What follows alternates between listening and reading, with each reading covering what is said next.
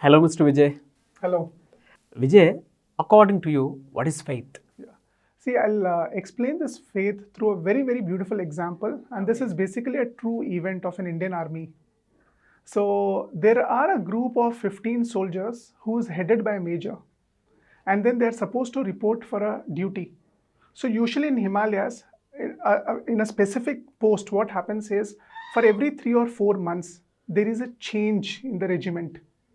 So the previous people who had served in that particular post, so their tenure is about to get over, and then these 15 soldiers, along with this major, they are supposed to report over their place. Now, what happens is they start walking, along the Himalayas, and the only way to reach at the top of the post is through trekking, like they have to walk. There's no other alternative. So they keep walking. And when each and every soldier, including this major, when they were walking, they all had only one wish, in their heart. So the feeling what they had was, we just wish if we were offered what is called a cup of tea. And then they keep walking for hours and hours. And after 3 to 4 hours, they reach a spot, and then there is a very small dilapidated building. And what they presume is probably it's a tea shop. Okay. So with a lot of hope, they reach there only to find that the building is actually locked, and they feel disheartened. So immediately the major, he tells his boys that it's our bad luck. The shop is closed, and we have already walked for almost about 3 to 4 hours. Let's take a rest for some time, and then again, we need to start. No. Yeah. So by then, one of the soldier, what he tells major is that it looks like a tea shop. Of course, I agree there is a lock. Looks like no one is, staying here. Why don't we break open the lock and then get in? So then immediately, initially what major he says is that we are all basically, disciplined men representing the army, and we are not supposed to do. But then he takes, the soldiers' advice, and then he gives a decision. He tells them that, okay, let's break open and then let's get into. So they break open the lock and then they get into. And as soon as they get into, they'll be amazed to see that there will be a lot of kettles kept in order to prepare the tea. And as well as there are also biscuit packets, which are kept over there. So very happily what they do is they all prepare tea, in those tea kettles. They eat those biscuits, and once after they are done, so each one they drink 2 cups of tea, because they're all tired. They sit down, they relax, they enjoy the cup of tea. And when they're about to leave, so somewhere major, he feels that we have done something really wrong by barging in without the permission of the owner. So what he decides is from his pocket, from his purse he takes 1,000 rupee notes. So way back then we had 1,000 rupee notes here in India. And then he places those notes under what is called a sugar pot. So he placed those notes under a sugar pot, so that the person, when he comes back, he is able to see these notes, and then, he gets this.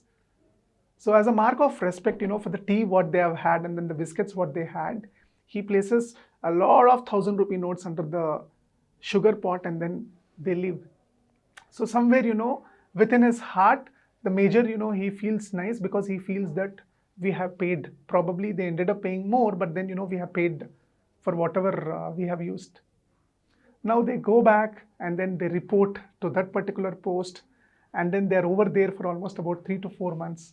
And after 4 months, again, when they are disbanded, when a new regiment, has to report over there, they again, start walking back down the hill, and they are amazed to see, this particular tea shop, which is open.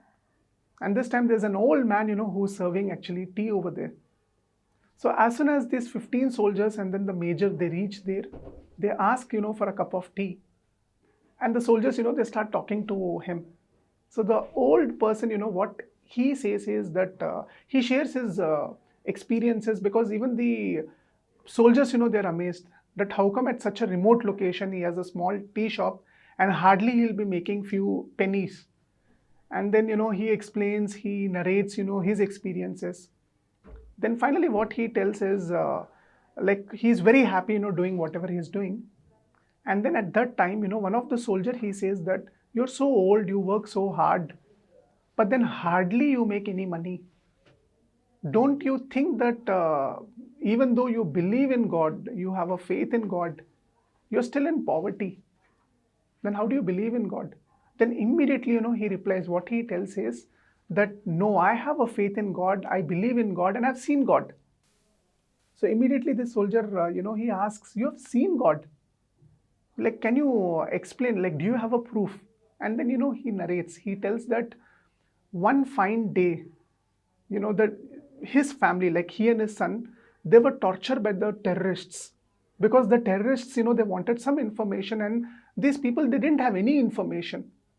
So they badly, hit his son, and he had no other choice. He had to take his son to the hospital.